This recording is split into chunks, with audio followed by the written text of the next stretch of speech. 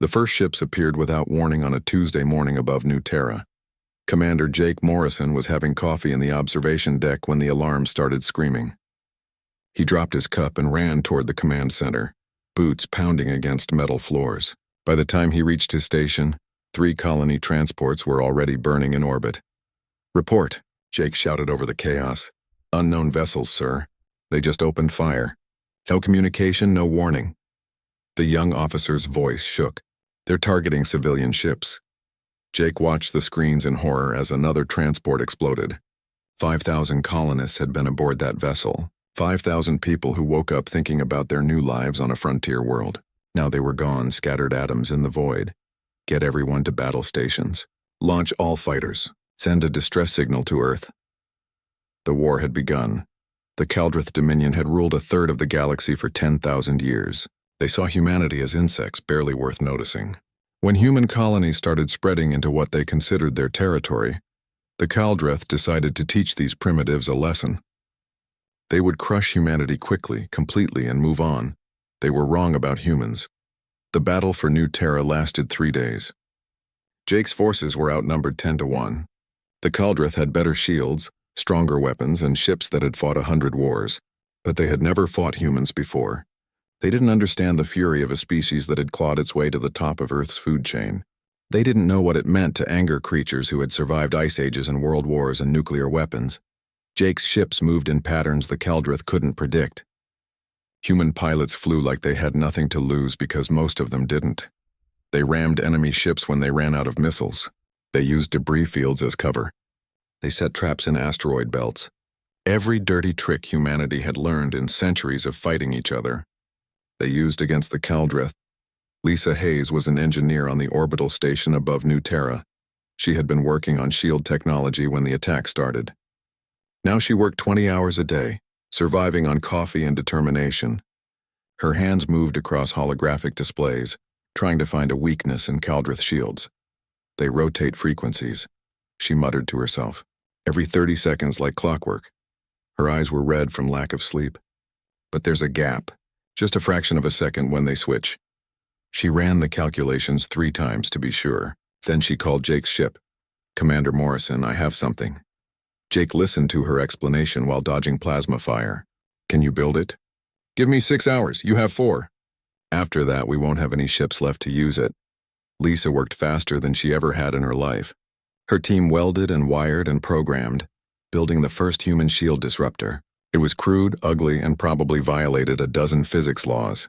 But when they tested it, a Kaldrith battleship's shields collapsed like wet paper. The tide began to turn.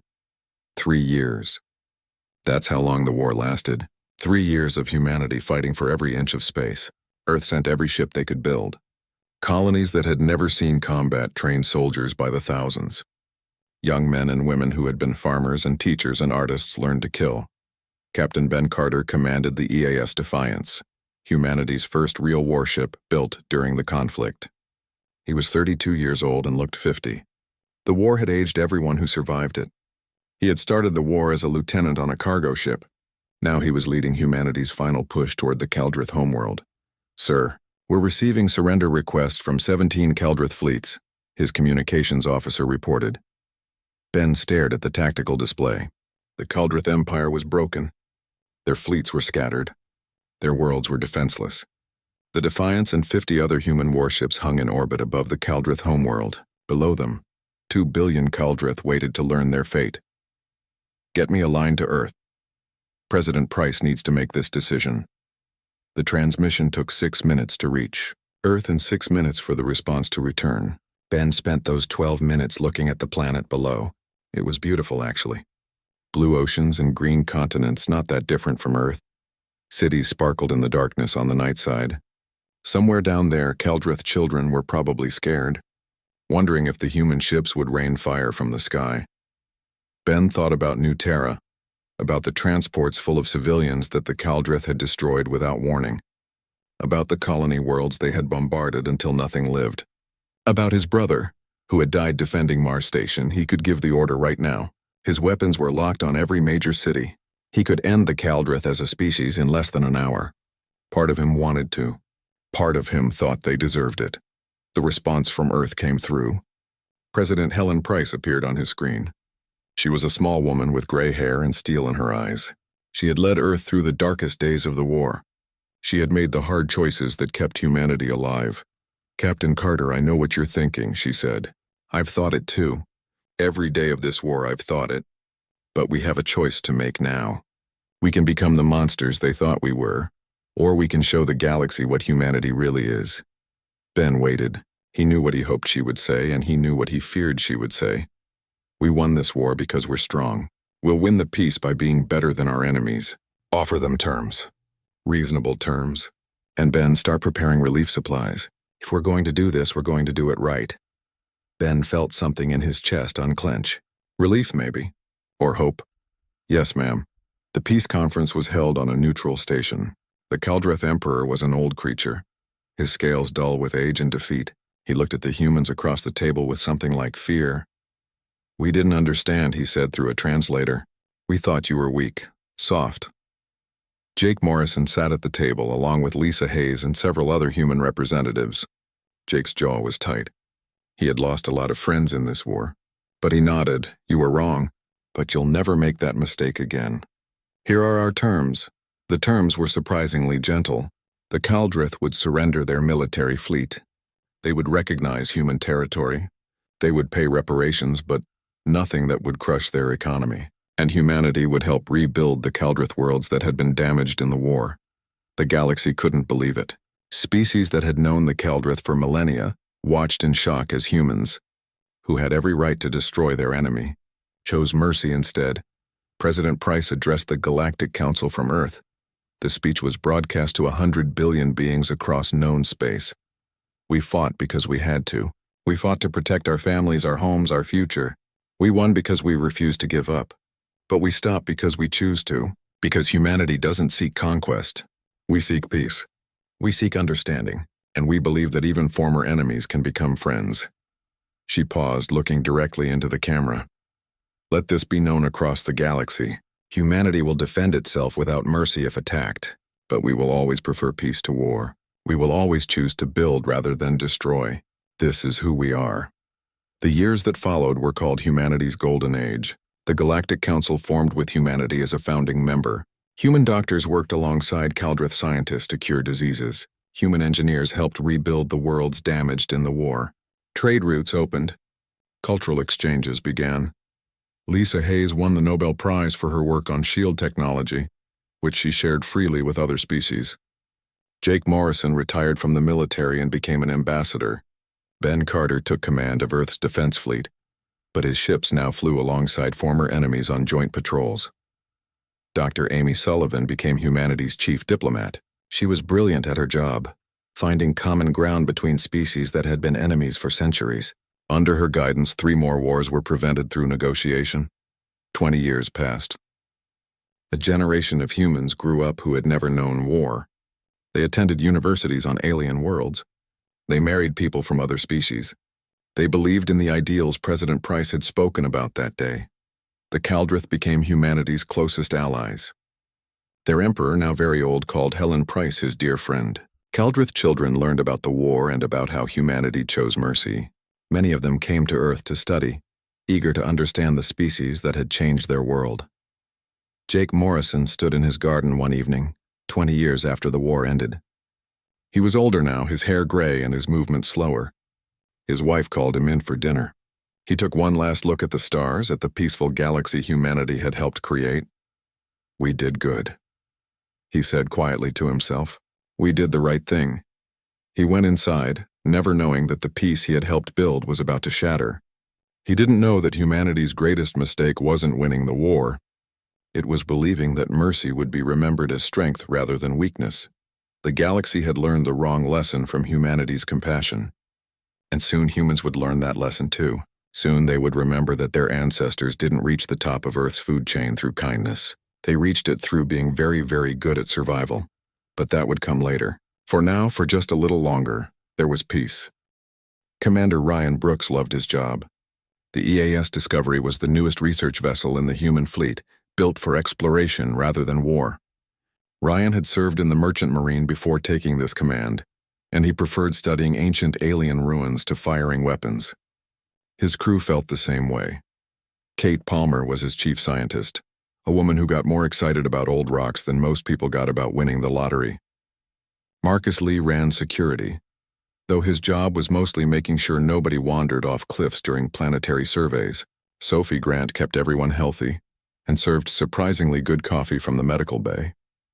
Today they were at the edge of Council space, investigating an ancient structure that predated any known civilization. 6 other species had sent representatives to join the research team. Among them was Velcor, a Kaldreth scientist who specialized in ancient languages. Ryan had worked with Kaldreth before. Most of them were good people, grateful for humanity's mercy after the war. Velcor seemed professional enough, though he kept to himself more than the others. "Commander, I'm picking up something strange," Kate called from her station. "There's an energy signature forming about 3 light minutes away." Ryan frowned. "Natural phenomenon?" "I don't think so. It's too regular, too organized."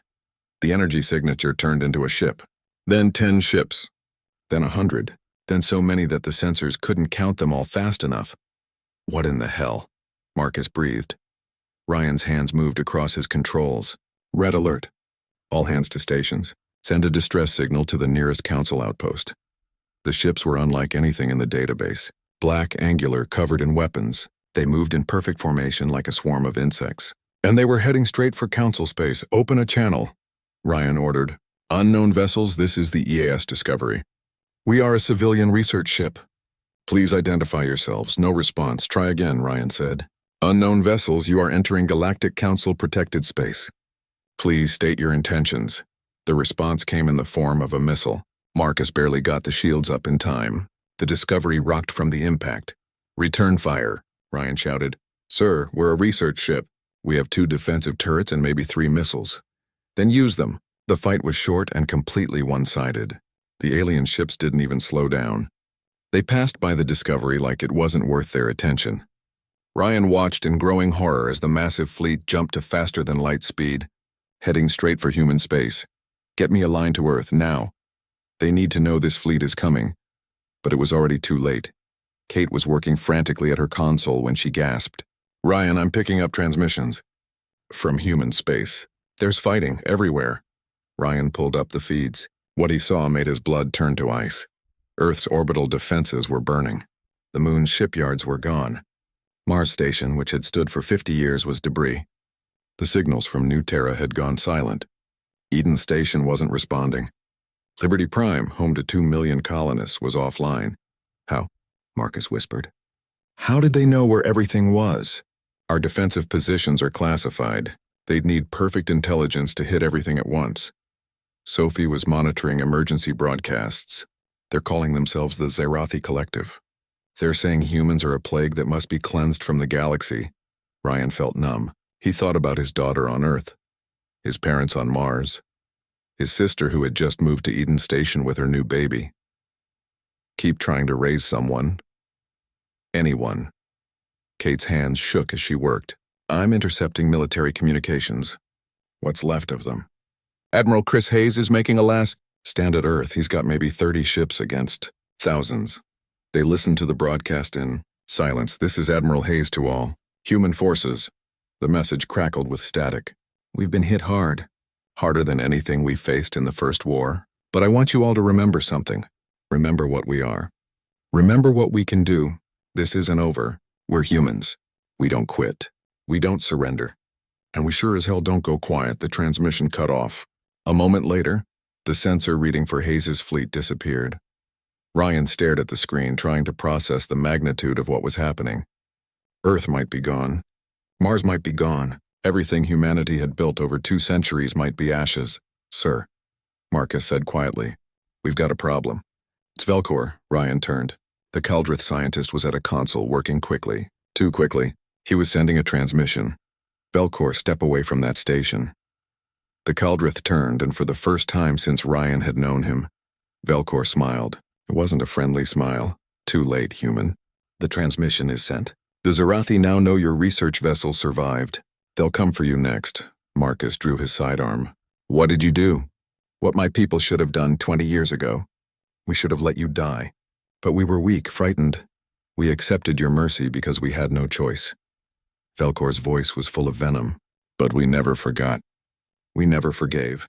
You humiliated us, made us kneel before primitives. We saved you, Kate said. We rebuilt your worlds. You made us dependent on you. You made us look weak to the entire galaxy. Velkor's scales rippled with anger. So we made a deal. We gave the Zerathi everything they needed. Every defensive position, every fleet movement, every weakness in your defenses. In exchange, they promised us territory. Promised us we would rule beside them when humanity is extinct. Ryan felt something cold settle in his stomach. You sold us out. We showed you mercy and you sold us out. Your mercy was an insult. The Zerathi will finish what we started, and this time there will be no human survivors to show mercy to anyone. Marcus took a step forward, his weapon raised. But Velkor was faster. He triggered something in his scales. Some kind of chemical reaction. He was dead before he hit the floor. Damn it. Marcus lowered his weapon. Sophie checked the body. Poison. Built into his biology somehow. He knew he wasn't leaving the ship. Ryan's mind raced. They were one small ship, days away from the nearest human base, if that base even still existed. The Zerathi knew where they were, and humanity was facing extinction. Kate, can you get that warning drone functional? Maybe. If I reroute power from life support and push the engines past safety limits. Do it. Load it with everything we have. Every scan of the Zerathi ships. Every word Velkor said. Evidence of the Kaldrith betrayal. If anyone human is alive to receive it, they need to know what happened. What about us? Sophie asked quietly. Ryan looked at his crew. Good people. People who had signed up to explore and discover, not to fight and die. We make sure that message gets out. Whatever it takes. The next hours were tense. Kate worked on the drone while Marcus prepared the ship's weapons, such as they were. Sophie organized the data they had collected. Ryan tried to raise any human channel, but found only static or automated distress signals. Drone is ready, Kate finally announced. I've programmed it to jump in random patterns. Should be almost impossible to track. Launch it. The drone shot away from the Discovery, jumping to faster than light speed almost immediately. Seconds later, the Zerathi fleet arrived. 20 massive warships surrounded the tiny research vessel. Shields up, Ryan ordered, though he knew it wouldn't matter. Broadcast on all frequencies. Tell them we're civilians. Tell them we surrender. The response was a wall of weapons fire. Marcus returned fire with their 2 turrets, more as a gesture than anything else. Ryan thought about his daughter. He hoped she had died quick when Earth was hit. Better that than what was coming for the galaxy now. The shields failed. Hull breaches opened on 3 decks. Emergency bulkheads slammed shut, sealing off sections of the ship. They're boarding, Marcus said. He checked his weapon. Sophie, Kate, get to the escape pods. We're not leaving you, Kate said. Yes, you are. That's an order. Get to the pods. Maybe you can make it to that nebula we passed earlier. Hide until this is over. But before anyone could move, the boarding parties cut through the hull. Zerathi soldiers poured into the ship, weapons firing. They were huge, covered in black armor, faces hidden behind helmets. Marcus fought like a demon, taking down 3 before they overwhelmed him. Sophie tried to run but didn't make it 10 feet. Kate made it to the bridge before a blast caught her in the back. Ryan was the last one standing. He looked at his crew, good people who deserved better than this. He thought about Earth and Mars and all the colonies. He thought about 20 years of peace that had turned out to be a lie. His hand moved to the self-destruct panel. The Zerathi saw what he was doing and rushed forward, but they were too late. This isn't over, Ryan said. You think you've won. You think humanity will just die quiet. You don't know us at all. He entered the activation code. The EAS Discovery exploded, taking 40 Zerathi soldiers with it. The warning drone continued its jump toward Mars, carrying the evidence of betrayal and the last testimony of a dead crew. It would take 3 days to reach the defense station. 3 days in which humanity would die by the billions, but it would reach Mars. And the survivors there would learn the truth. And they would remember that humans had tried peace once. They had tried mercy once. They had tried to be better. That time was over. The bunker was deep beneath the Rocky Mountains, built during the First War and forgotten during the peace. Now it was the last government of humanity. Daniel Carter sat in a room that used to be considered paranoid overkill. Now it was the only thing keeping humanity's leadership alive. Daniel was 42 years old. 3 days ago, he had been vice president, mostly attending ceremonies and giving speeches. His father was Ben Carter, the hero from the First War. That legacy felt very heavy right now. President Price was dead, killed in the first orbital bombardment. 2/3 of the cabinet was dead. Most of Congress was dead. The Supreme Court was dead. Daniel had been visiting a factory in Colorado when the attack came, pure luck placing him near the bunker entrance. Now he was president of whatever was left of humanity. General Patricia Foster entered the room. She was 50, her hair iron gray, her face carved from stone. She commanded what remained of Earth's military, which wasn't much. How bad? Daniel asked. Patricia didn't sugarcoat it. 6 billion dead in the first day, 50 colonies completely destroyed. Earth's population is down to maybe 200 million, scattered in bunkers and underground facilities. Mars still has 50 million. The outer colonies that survived are cut off with no communications. Daniel felt each number like a physical blow. 6 billion. That was most of the human race. Gone in a day. Military assets? We have 47 ships capable of combat. 47 out of 800. The Zerathi hit every shipyard, every base, every planet with military presence. They knew exactly where to strike. She paused. We also confirmed the Kaldrith betrayal. The warning drone from the Discovery reached Mars Defense Station. They sold us out.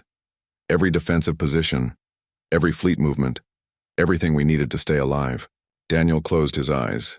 The Kaldrith, the species humanity had saved, the species they had rebuilt and befriended, the species his father had argued for mercy for, saying they could be trusted to remember kindness. The Galactic Council? Luis Martinez answered that question. He was intelligence director, one of the few who had survived. They knew. We've intercepted communications from 3 weeks ago. The Zerathi sent an official notice to the Council announcing their intention to cleanse human space. The Council received it and never sent us a warning. They were afraid of upsetting the Zerathi, so they decided to let us die. Our allies let us die, Daniel said quietly. Worse. Luis pulled up a hologram. They're now discussing what to do with human territory after we're extinct. They're already dividing up our worlds. Daniel felt something cold and hard settle in his chest. It wasn't rage exactly. It was colder than rage. It was the complete absence of any remaining illusions about the galaxy. Nicole Wright is here, Patricia said. You need to hear what she found. Nicole Wright entered the room. She was chief engineer for Earth's defense systems, 45 years old, and looked like she hadn't slept in a week. She probably hadn't. Mr. President, she began, I've been going through the military archives, the deep archives, files that were sealed after the First War. She pulled up blueprints on the holographic display. Daniel leaned forward, trying to understand what he was looking at. During the war with the Kaldrith, we developed weapons that frightened us, weapons that violated every principle we wanted to stand for. When we won, we locked them away, made them illegal to even research. Nicole's voice was flat. But we kept the blueprints, just in case.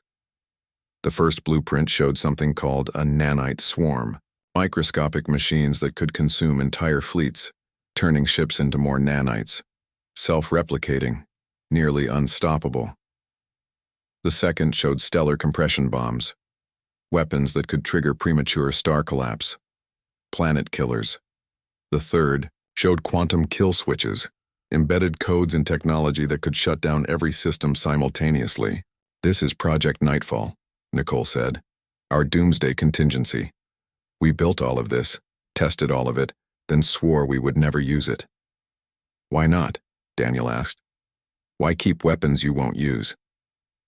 Nicole looked at him with tired eyes. Because we wanted to believe we were better than that. We wanted to prove that humans could be trusted with power. We wanted to show the galaxy that mercy wasn't weakness, and they responded by trying to exterminate us. Yes. Daniel looked around the room.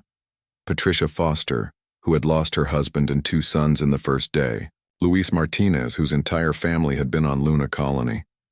Nicole Wright, whose daughter had been studying on New Terra. Opinion? He asked Patricia.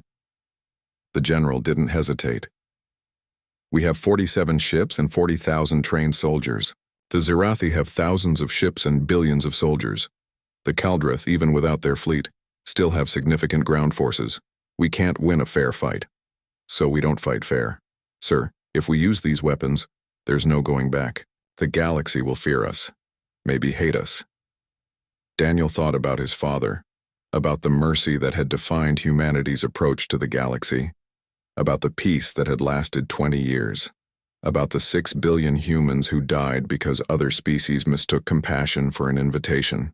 They already killed us, Daniel said. They already decided humanity doesn't deserve to exist.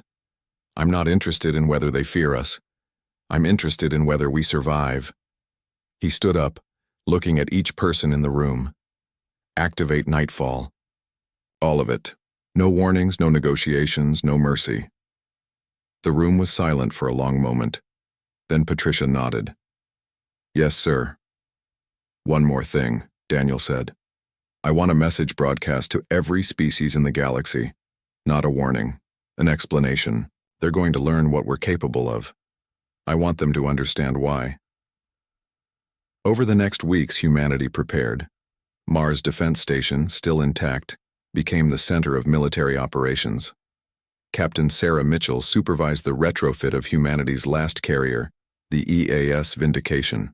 She was 38, had been a cargo pilot before the war, and had lost everything in the attacks. Her crew worked around the clock, installing weapons that had been locked away for 20 years. Tony Brennan led the engineering teams. His wife and 3 children had been on New Terra. He volunteered for every dangerous job, worked until he collapsed, then woke up and worked more. Tony, you need to rest, Sarah told him. I'll rest when they're dead, Tony replied. All of them. Sarah understood. Every person on the Vindication had the same look in their eyes, the same cold, hard determination. They weren't soldiers fighting for glory. They were the last survivors of a genocide, and they were going to make someone pay for it. Maya Rodriguez worked in intelligence. She was 26, fresh out of training when the war started. Now she was humanity's best cyber warfare expert. She had broken into the Galactic Council's communications network and found something that made her blood boil. Sir, she reported to Daniel, you need to see this. The recording showed the Galactic Council chamber, 3 weeks before the attack. The Zirathi ambassador delivered a formal notice of their intention to eliminate humanity. The council debated for 6 hours. Some argued for warning humanity, but the majority worried about offending the Zirathi. They worried about trade routes. They worried about diplomatic complications, so they voted to stay silent. They voted to let humanity die rather than risk making the Zirathi uncomfortable. They knew, Maya said. They all knew, and they chose to do nothing. Daniel watched the recording 3 times. He memorized the faces of the council members who voted to stay silent. He noted which species they represented. Send this to every news outlet in human space that still exists. And Maya, I have another job for you. Sir, I want this broadcast to every species in the galaxy. I want everyone to see this. I want them to know what their leaders did. Maya smiled. It wasn't a nice smile. I can do better than that. I can take over their entire communication network. Make sure everyone sees it. Do it. The message went out 3 days later. Daniel recorded it himself, standing in the ruins of what used to be Washington. Behind him, the Capitol building burned. Smoke rose from 100 fires across the horizon. My name is Daniel Carter. I'm the president of the United Earth Government. 3 weeks ago, the Zirathi Collective launched an unprovoked attack on humanity. 6 billion humans died in the first day. 50 colonies were destroyed. The human race was nearly exterminated. He paused, letting that sink in. 20 years ago, humanity fought a war with the Kaldrith Dominion. We won that war. We had the power to destroy our enemy completely. We chose mercy instead. We chose to rebuild their worlds. We chose to believe that the galaxy could be better than an endless cycle of violence. Images appeared behind him, footage of the attacks, cities burning, ships exploding. children running from burning buildings. The Kaldrith responded to our mercy by selling us to the Zirathi. They gave our enemies every secret, every weakness, every piece of information needed to kill us, and the Galactic Council, the organization we helped create, knew about the planned attack and chose to stay silent. Now the footage showed the Council debate, showed them voting to do nothing, showed them discussing how to divide up human territory after the genocide. You mistook our compassion for weakness. You thought mercy meant we were unable to defend ourselves. You were wrong. Daniel's voice was cold now. 20 years ago, we showed you who we could be at our best.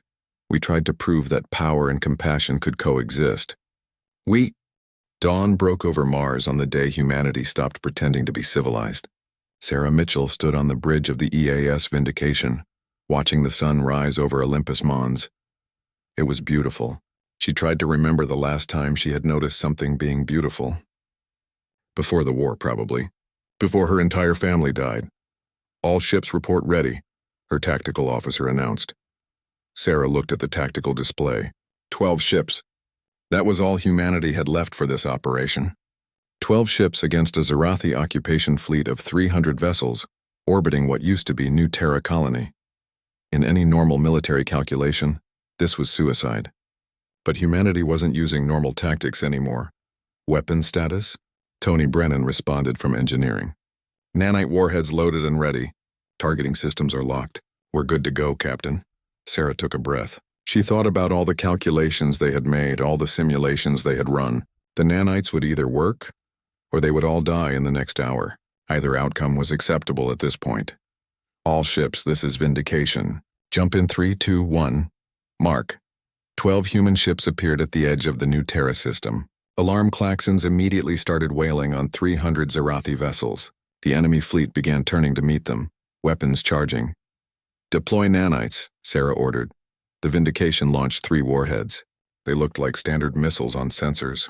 The Zirathi point defense systems easily shot down 2 of them. The third detonated just before impact, seeming to simply explode into a cloud of gray dust. The Zirathi commander probably dismissed it as a failure. That dismissal lasted about 40 seconds. That's how long it took for the nanites to reach the nearest enemy ship. The battleship's hull began to dissolve, not explosively, not dramatically. It just started coming apart at the molecular level, armor plating turning to dust, structural beams collapsing, entire sections of ship simply ceasing to exist, and the nanites were self-replicating, using the material they consumed to create more of themselves. One infected ship touched another during an evasion maneuver. The infection spread. Then the clouds of nanites drifted to 3 more ships, then 10, then 50. Sarah watched the tactical display in cold satisfaction as 300 Zirathi warships began eating themselves. Some tried to jump away, but the nanites had already consumed their faster-than-light drives. Some tried to self-destruct, but the nanites had already reached their power cores. A few managed to get escape pods away, but most of those were contaminated too. 3 hours later, the Zirathi occupation fleet was debris, just floating scrap metal and clouds of gray dust. Not a single survivor. Jump to the next target, Sarah ordered. While the Vindication hunted Zirathi fleets, Strike Team Alpha was already deep in Kaldrith space. Lieutenant Kyle Foster led a team of 20 soldiers through the underground maintenance tunnels beneath Kaldrith Prime's capital city. Kyle was Patricia Foster's son, 24 years old and good at moving quietly. "How much further?" whispered Corporal Jenny Liu. 200 meters. Kyle checked his tactical display. The main computer hub should be right above us. They had infiltrated the planet using the same access codes humanity had installed when rebuilding Kaldrith infrastructure after the First War. Every power grid, every computer system, every factory and hospital had human-designed components with human-installed back doors. The Kaldrith had never bothered to change them. Why would they? Humanity had been their trusted friends. Kyle thought about that trust as they climbed up into the computer facility. About how his mother had lost her husband and sons, defending Earth. About how the Kaldrith had sold out an entire species for territory and pride. Upload the virus, he ordered the computer expert on his team, Specialist Aaron Cole, plugged into the central hub.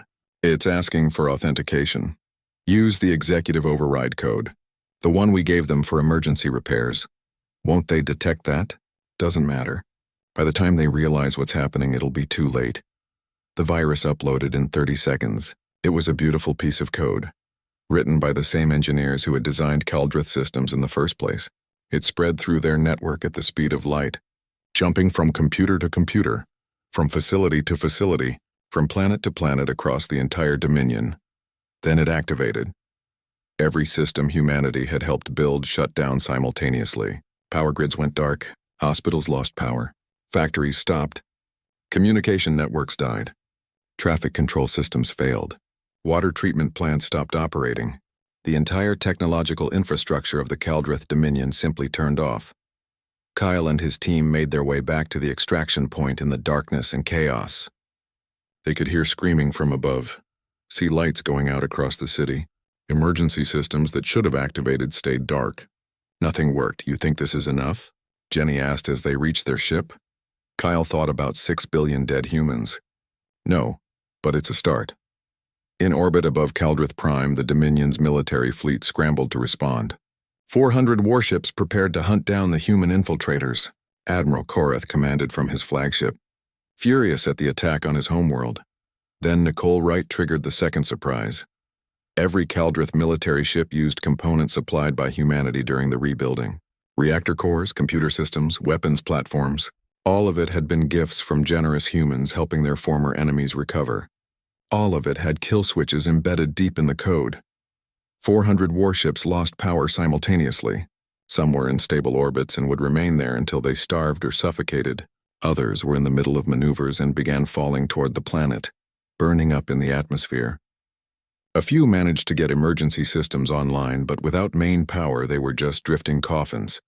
Admiral Korath's flagship tumbled through space, emergency lights flickering. He tried to send a distress signal, but communications were down. He tried to restart the reactor, but nothing responded. His last thought before the ship entered the atmosphere was that humanity had been planning this all along. That the Mercy after the First War had been a trick. A long game to make the Caldrith dependent on human technology. He was wrong. Humanity had genuinely tried peace. They had genuinely wanted to help. But they had also been smart enough to install failsafes just in case. Now those failsafes were being used. Maya Rodriguez sat in a bunker on Mars, surrounded by screens and computers. She had spent 3 days infiltrating the Galactic Council's communication network. Now she owned it completely. Every message, every transmission, every piece of data that moved through Council space went through systems she controlled. Ready to broadcast? Daniel asked through the comm. Ready, sir. I can push this to every device in Council space. Everyone will see it. Do it. The footage of the Council debate appeared on 1 billion screens across 100 species. Citizens watched their leaders discuss letting humanity die. Watched them argue not about whether to warn humans, but about how to divide up human territory afterward. Watch them place politics and trade relationships above genocide. The reaction was immediate and chaotic. Some species erupted in protest, demanding their leaders resign. Others doubled down, claiming humanity deserved its fate for being too weak. But everyone knew the truth now. Everyone could see that the Galactic Council, the organization that claimed to stand for peace and cooperation, had chosen to stay silent while an entire species was nearly exterminated. Maya smiled as she watched the chaos spread. How does it feel, she muttered, to have your dirty secrets exposed? She started her next project, the Council's financial systems. By the end of the day, she would have access to every bank account, every trade agreement, every piece of economic data, and she would use it. Humanity might not have many ships left, but they had something better, intimate knowledge of how the galaxy's infrastructure worked, and absolutely no hesitation about breaking it. Strike Team Bravo, Under Commander Alex Turner, was doing something even simpler but no less effective. They were mining the major trade routes with quantum bombs. These weren't traditional mines that waited for a ship to hit them. These were weapons that existed in a state of quantum uncertainty until activated remotely. Impossible to detect, impossible to sweep, impossible to defend against. Alex placed the last mine near the Zerathi supply route from their manufacturing worlds to their military fleets. That's number 200, he reported. We've covered every major route in their territory. Good. Patricia Foster's voice came through the comm. Hold position and wait for the signal. 2 days later, a Zerathi supply convoy of 50 ships jumped into the system. Alex triggered the mines. The quantum weapons activated, creating small singularities that consumed everything nearby. Ships, cargo, everything just vanished into compressed points of infinite density that then evaporated in bursts of radiation. The convoy disappeared. Not destroyed, not scattered, just gone, no wreckage. No survivors. No evidence except the radiation signatures. Across Zerathi space, the same thing happened to dozens of convoys. Their military fleet suddenly had no food, no fuel, no ammunition. Soldiers went hungry. Ships drifted without power. Outposts went dark. Dr. Laura Stevens worked in a sealed laboratory deep in a Mars bunker. She had been a geneticist before the war, studying alien biology. 6 months after the counterattack began, the galaxy looked very different. The Zerathi Collective existed in name only, their empire broken into occupied zones under human military control. Their leaders sat in holding cells on Mars awaiting trial. Their fleets were scrap metal. Their manufacturing capability was zero. They had gone from a proud warrior empire to a species begging for food shipments in half a year. The Kaldrith Dominion was worse off. Without any technology more advanced than steam power, they had regressed to a pre-industrial society almost overnight. Millions had died in the chaos when the power grids failed. Their government had collapsed. Former allies refused to help them, afraid of drawing human attention. The species that had ruled a third of the galaxy for 10,000 years now struggled to feed themselves. Daniel Carter stood at the window of his office in the rebuilt Mars facility, looking out at Earth. The blue planet was still scarred, atmosphere hazy with dust from the bombardments, but humanity was surviving. 200 million on Earth, 50 million on Mars. Small populations scattered across the colonies that had survived. Maybe 400 million humans left in total. 400 million from 8 billion. The number still made him feel sick. "Mr. President, the Galactic Council is demanding your presence," his aide informed him. "Demanding?" "Their words, sir." Daniel smiled without humor. "Tell them I'll attend. But I'm bringing a fleet." The council chambers were on a neutral station that had stood for 1,000 years. Representatives from 80 species gathered to judge humanity's actions. The chamber was designed to be impressive, with massive viewing screens and dramatic lighting. Daniel had been here before during the peaceful years. Back then, he had been in awe of it. Now he just saw it as theater. General Patricia Foster walked beside him, along with Admiral Greg Hamilton and 20 armed guards. The council security forces tensed but didn't interfere. They had seen what happened to species that got in humanity's way. The United Earth government stands accused of excessive force, violation of council law, and crimes against sentient species, the council speaker announced. She was from a species Daniel didn't recognize, some bird-like creatures who had never had direct contact with humans before. "Noted," Daniel said. "Are we done?" "You must answer for your actions. The destruction of the Zerathi military, the technological sabotage of the Kaldrith Dominion, the mining of trade routes, the deployment of biological weapons. These actions violate every principle this council stands for." Daniel looked around the chamber.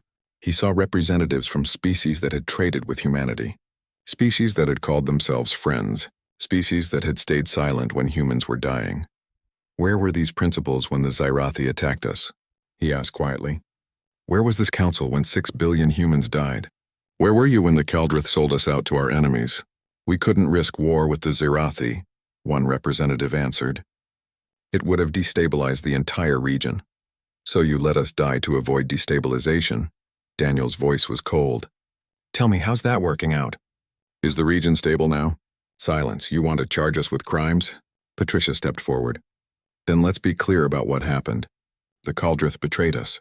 They sold our defensive positions to an empire that wanted to exterminate us. The Zerathi attacked without warning or provocation, and this council knew about it and chose to stay silent." She pulled up the recording they had leaked, showing the council debate. "We have evidence. The galaxy has seen it. Everyone knows what you did. So you can try to put humanity on trial, but you'll be doing it while the entire galaxy knows you're accomplices to genocide." "We made a difficult decision in a complex situation," the speaker said weakly. "You made the easy decision," Daniel replied. "You chose not to risk yourselves to save someone else." "That's fine. That's your choice. But don't stand there and lecture us about principles. You gave up any right to judge us when you chose to let us die. What do you want? Another representative asked. Revenge? To punish everyone who wasn't directly involved? We want you to understand something, Daniel said. 20 years ago, humanity chose compassion. We defeated the Kaldrith and showed them mercy. We helped rebuild their worlds. We tried to prove that power and kindness could coexist. We believed in this council's ideals. He paused, looking at each representative. You responded by exploiting our mercy. The Kaldrith responded by betraying us. The Zerathi responded by trying to exterminate us. And you, this council, responded by staying silent. So now you want to know what humanity wants? We want you to remember. We want every species in this galaxy to remember what happens when you mistake our mercy for weakness. Are you threatening us? The speaker asked. No, we're withdrawing. Patricia pulled out a data pad. Humanity is officially leaving the Galactic Council. We will no longer participate in your debates. We will no longer follow your laws. We will no longer pretend that this organization represents anything except the self-interest of its members. You can't just leave. Watch us. Daniel turned to go, then stopped. Oh, and one more thing. We're establishing an exclusion zone around all human territory. Any ship that enters without permission will be destroyed without warning. Any species that threatens us or our interests will face immediate military response. We tried peace. You made that impossible. So now we'll pursue security instead. You're making yourselves into a pariah state, the speaker said. No, Daniel replied. We're making ourselves into something nobody wants to fight. That's better than being someone everyone feels safe betraying. They left the chamber to shouted objections and threats of sanctions. It didn't matter. Humanity was done asking permission from species that had proven they couldn't be trusted. Sarah Mitchell stood on the bridge of the Vindication, now flagship of humanity's rebuilt fleet. In 6 months, humanity had constructed 200 new warships. They weren't the biggest ships in the galaxy. They weren't the most advanced, but they were designed by a species that had learned a hard lesson about survival. Captain, we're receiving a distress call, her communications officer reported. Civilian transport under attack by pirates. What species? Kaldrith. Sarah felt no sympathy. Ignore it. Not our problem. Tony Brennan, now her chief engineer, looked uncomfortable. Captain, they're civilians. Children on that ship. Not our problem. Sarah's voice was hard. The Kaldrith betrayed us. We don't help them anymore. Even the children? Children who had nothing to do with what their leaders did? Sarah was quiet for a long moment. Then she swore quietly. Fine, tactical, get us in position. 1 missile. Kill the pirate ship. Then we leave. The Vindication jumped in, fired a single missile that destroyed the pirate vessel, then jumped out before the Kaldrith transport could even send a thank you message. Sarah sat in her chair feeling tired. You still have mercy in you, Tony said quietly. Maybe. Or maybe I just can't stand pirates. Sarah looked at the stars. I don't know who we are anymore, Tony. We stopped a genocide by becoming something terrifying. Was it worth it? We survived. At what cost? That question haunted a lot of humans. In bunkers and bases across human space, survivors struggled with what they had become. They had won. They had survived. But they had done it by abandoning every principle that had defined them for 20 years. Jake Morrison, old now and confined to a wheelchair, visited Daniel one evening. They sat in Daniel's office, drinking coffee and not talking for a long time. Your father would be proud, Jake finally said. You saved humanity. Did I? Or did I just ensure we survived long enough to become the monsters the Zerathi thought we were? You did what you had to do. That's not an answer. Jake was quiet. No, it's not. I argued for mercy after the First War. I believed we could show the galaxy a better way. I was wrong. Were you? Maybe we didn't try hard enough. Maybe if we had been more careful, more watchful, we could have prevented this. Or maybe the galaxy just isn't ready for the kind of civilization we wanted to build. Jake looked at Earth through the window. I don't regret trying. I regret that it failed. But I'm glad you made the choices you did. Hard choices, terrible choices, but necessary ones. Daniel nodded slowly. The question is, can we find our way back? Or is this who we are now? I don't know. But we're alive to ask the question. That's something. Nicole Wright stood in a secure bunker deep beneath the rebuilt Mars Defense Station. Around her were the weapon designs, the quantum bombs, the nanite blueprints, the biological agents, everything that had won humanity's survival. A young officer, Lieutenant Brian Peters, was with her. "Should we destroy these?" he asked. "The war's over. We don't need them anymore." Nicole remembered the 6 billion dead. She remembered the day Earth burned. She remembered Daniel's message to the galaxy. "No," she said. "We keep them ready." We showed the galaxy compassion once.